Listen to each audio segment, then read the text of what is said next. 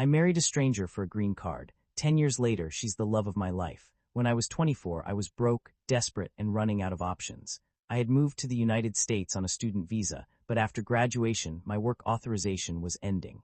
If I couldn't stay, I'd lose everything. My job, my apartment, my future. That's when my friend introduced me to Sarah. She needed money. I needed legal residency. Neither of us wanted romance, so we made a deal, a fake marriage.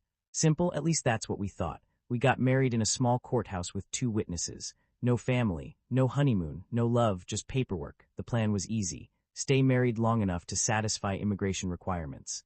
Then quietly divorce. At first, we barely spoke. Sarah lived in the spare bedroom. We split rent. We treated each other like roommates, but immigration interviews required us to prove our marriage was real. So we started spending more time together, taking photos, attending events, learning small details about each other's lives, favorite foods, childhood memories, dreams, fears, and slowly, something changed. One night, Sarah came home crying. Her mother had been diagnosed with cancer. For the first time, our arrangement felt real. I sat with her all night in the hospital waiting room. No cameras, no immigration officers, no pretending.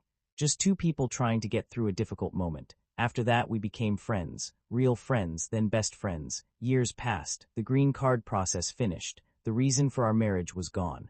We could finally divorce exactly as planned. Instead, neither of us brought it up. One evening, while watching television together, Sarah suddenly asked, "Do you ever think about how weird this is?" I laughed. "Which part?" She smiled.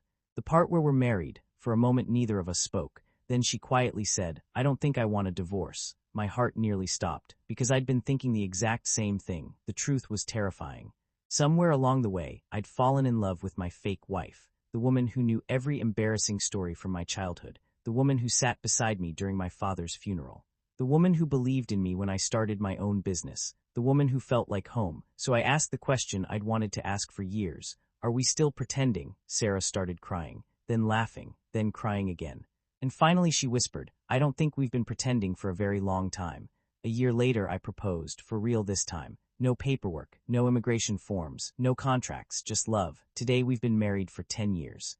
We have 2 children, a dog that destroys furniture, and 1,000 ordinary moments I wouldn't trade for anything. Sometimes people ask how we met. We usually laugh and give a simplified version, because the truth sounds unbelievable. But every anniversary, Sarah raises a glass and says, "Best immigration mistake I ever made." And honestly, I couldn't agree more.